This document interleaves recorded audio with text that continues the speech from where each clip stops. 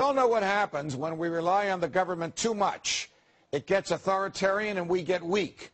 Our children grow to expect from the government what we once did for ourselves. Government is a fearful master. It is not faithful to us. It is not truthful to us. It can't produce for us. It doesn't obey its own laws. It doesn't keep us safe, and it won't leave us alone. It is mortgaging our futures, raising our taxes, and treating us all like children.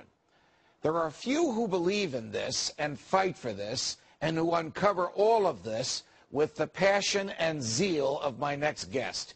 He defended freedom as a Navy SEAL. He fought for personal freedom as the governor of Minnesota, and now as a successful TV show host and New York Times best-selling author, he is the champion of exposing government fraud and lies. His book is American Conspiracies, Lies, Lies, and More Dirty Lies That the Government Tells Us. Joining me now is former Minnesota Governor Jesse Ventura. Governor, welcome to Freedom Watch. Hi, Judge C. How do you get away with doing an introduction like you did there? Because I believe in my heart what I've said about you. I've admired you from afar. And I must tell you, we don't do books on Freedom Watch, but this kept me awake over the weekend. And I just wrote a book which hit the New York Times bestseller list called Lies the Government Told You, Myth, Power, and Deception in American History. So you and I are telling slightly different versions of some of the same stories. And some of the things that you have told me have terrified me. You once told me, Governor, that there's a CIA agent in every state house in the Union, whether the governor of a state knows it or wants it or not. Is that true? Well, I can only make the assumption, Judge, that I can only speak on behalf of the state of Minnesota. But I'm assuming Minnesota's not the exception. Yes, there's an embedded CIA agent. They do double duty as both a civil employee as well as work for the CIA, and they're there when you leave. They don't serve at the pleasure of the governor. They're in a permanent position.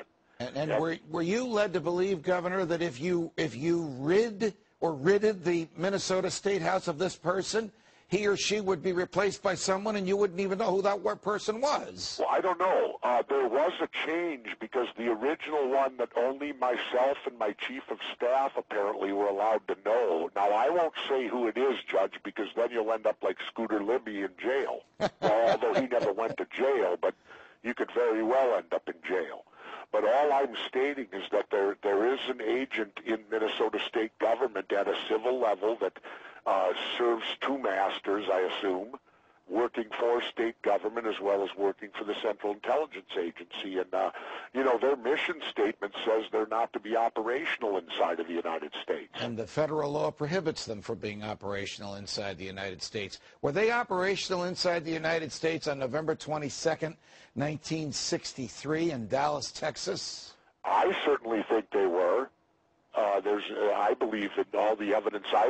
I've studied Kennedy now for going on 25, 30 years, and in my opinion, there's no doubt that Lee Oswald couldn't have acted alone, that certainly there were more elements involved in the assassination of President Kennedy, but of course all information was withheld to the Warren Commission unless it pertained to Oswald. So that's how they could get away with saying everything we looked at pertained to Oswald. Here's an interesting one, Judge. I just learned this from Fletcher Prouty's book, Colonel Fletcher Prouty. And he was the Mr. X character in Stone's movie, the one played by Donald Sutherland. Right. He made an interesting thing in the latest book I read from him, is that the key to Kennedy's murder is not the two bullets that hit, the magic bullet and the headshot. Right. It's the one that missed. Where did that come from? Well, because if you have to assume it's a near miss because of the accuracy of the second and third shots. It struck the curb and injured a pedestrian named Mr. Teague, so they had to account for it. Well, according to Prouty, if you draw a straight line from where it hit the curb back to Kennedy's limo and beyond, it goes directly to the second floor of the Daltex building, which is where many of us feel there was a second shooter team as well as behind the grassy knoll.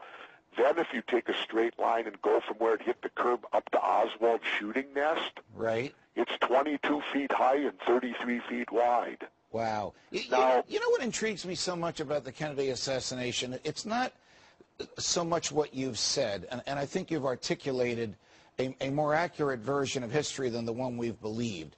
It is that a lot of people now believe you.